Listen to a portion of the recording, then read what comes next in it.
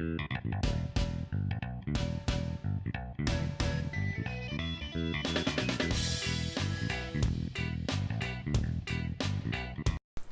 guys, Flak Monkey here, just giving a mini update on my world.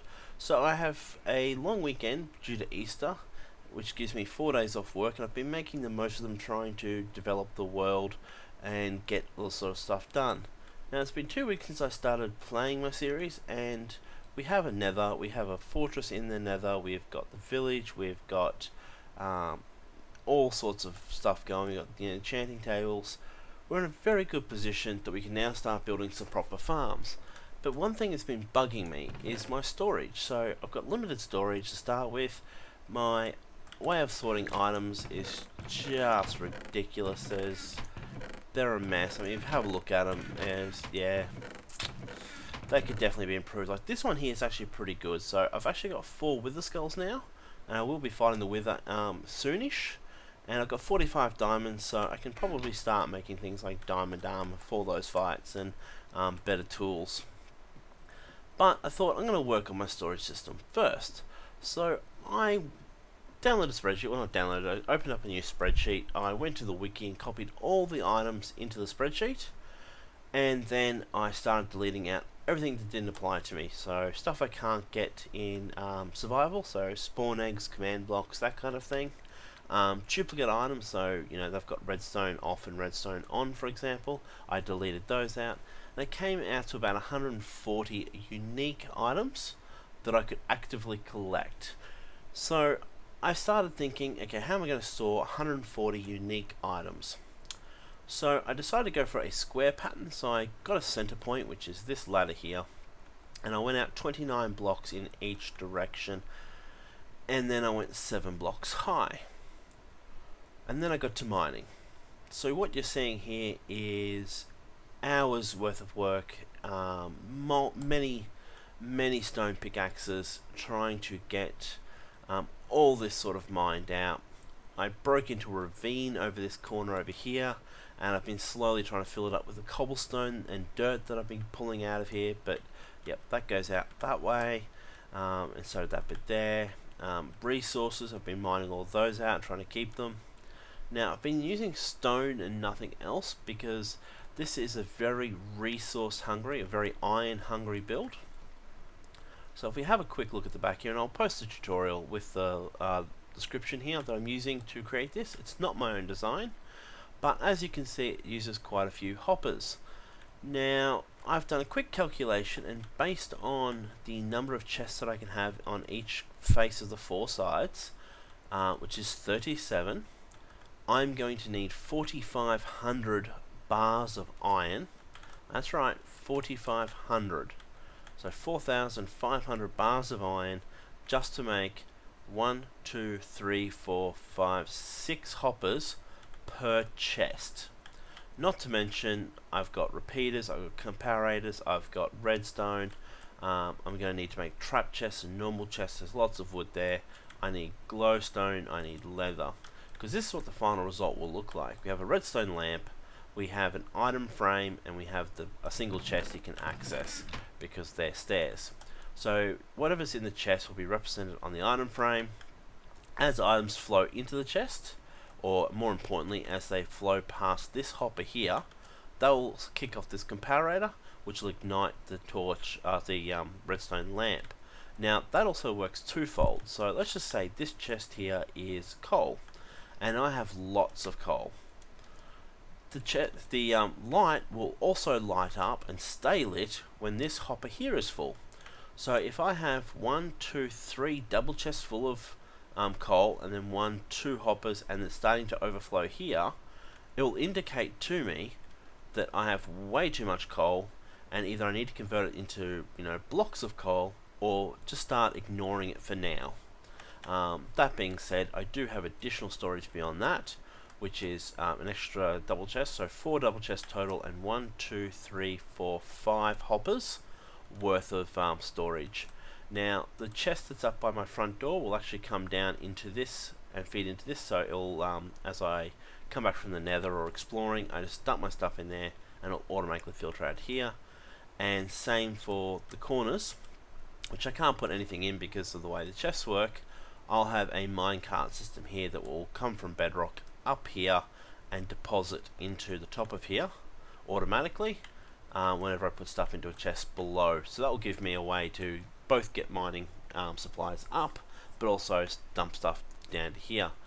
Now, because it's going to require so much iron, I'm going to dig it all out, but I can only do probably 10 or 12 chests at the moment before I get lots more iron. So I'll just do something like a miscellaneous chest, and then diamonds, emeralds, gold, iron, etc. And then only have the sort of more rare components in here. And then as I build, I will just keep adding and adding and adding and adding. So yeah, that's just a massive, huge update for me. Now, I kind of made a mistake. I mined out, went up 7, and just filled the area as best I can. Emptied the area as best I can. But then I realized this here is all empty space and not being used, because the repeaters and the comparators sit on this level here. And then these chests, you can't really go lower than that, so I could put something there and then there's nothing here.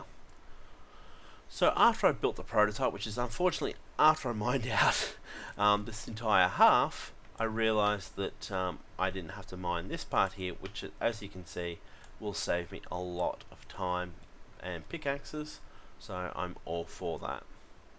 Now, other changes that have happened. So as you know, in episode 6 I converted this across to a server, and meanwhile, during that episode kicking off, a friend of mine who I've known for 13 or 14 years and who has never shown any interest in Minecraft started to watch my series, and he became sort of inspired and thought, you know, it's a bit different than what I expected, there's a lot more to the game, I want to give it a go.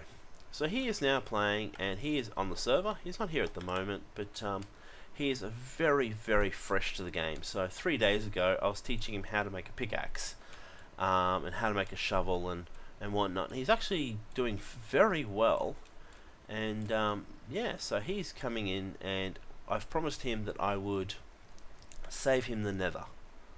So that's part of it. So I'll save him the nether, and sorry, the nether dragon. The end dragon, I'll save him that. Ender dragon. It's cold, man, I tell ya, it's really messing with my head. And the first wither fight, so he can see what that's like. Now, as we were caving together, because, you know, we like combat, we found a zombie dungeon underneath this hill.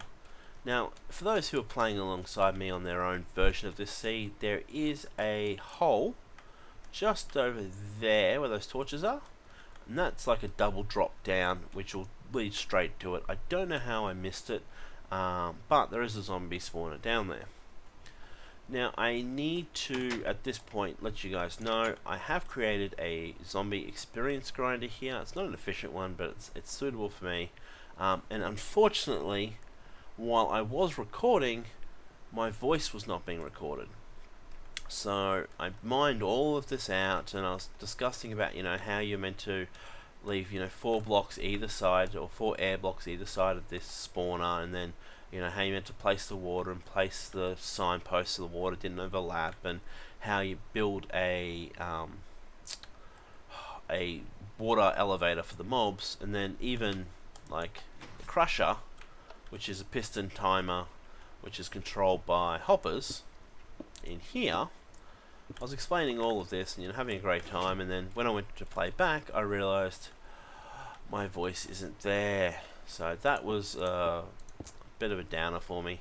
But I will still put the grinder, the whole experience grinder, on a creative world, and I'll show you how I built it, and we'll go from there. And luckily, because I made so many mistakes while I was making it in the survival world, because it's been a long time since I made them, hopefully the creative world's not too bad.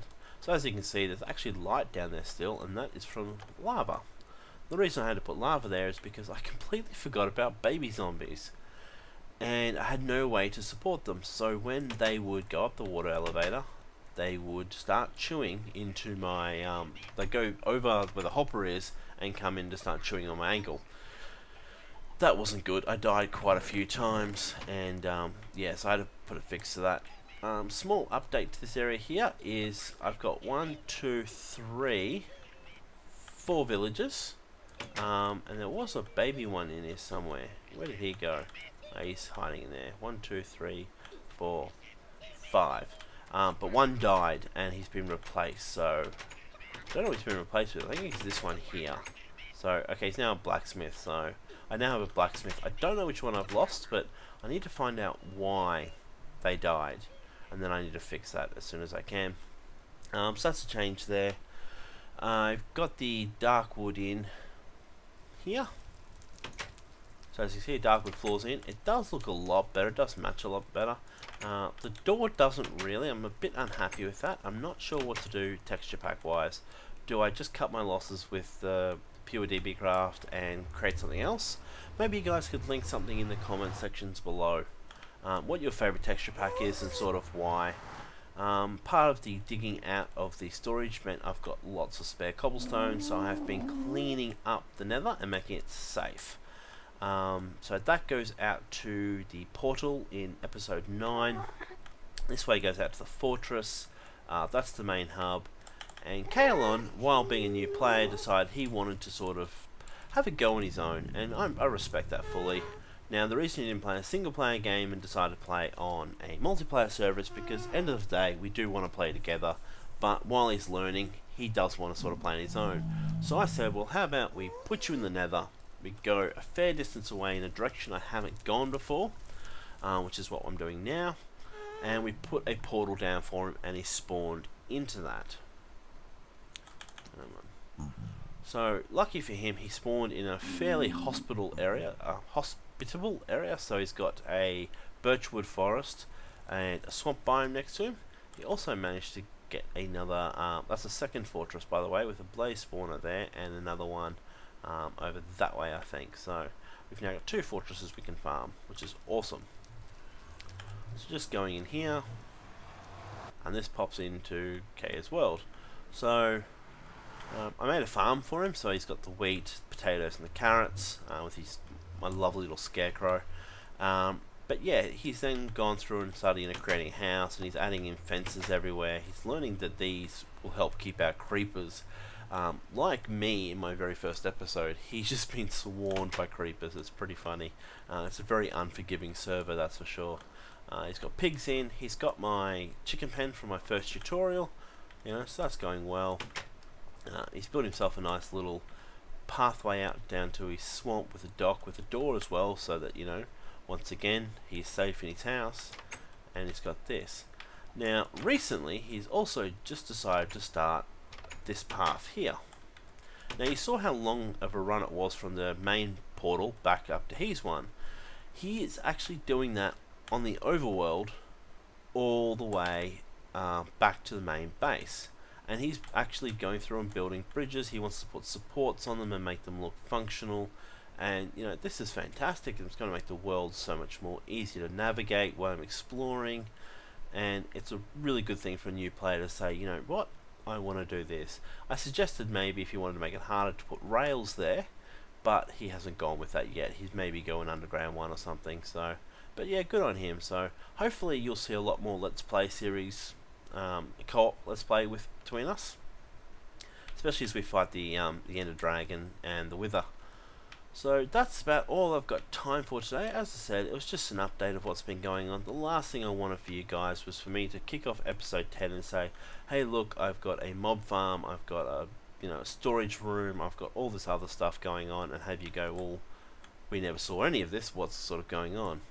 But yes, that's where we're at, and as always guys, if you like what you see, please hit like, please share, and tell your friends, and as always, have a fantastic day. FlackMonkey out.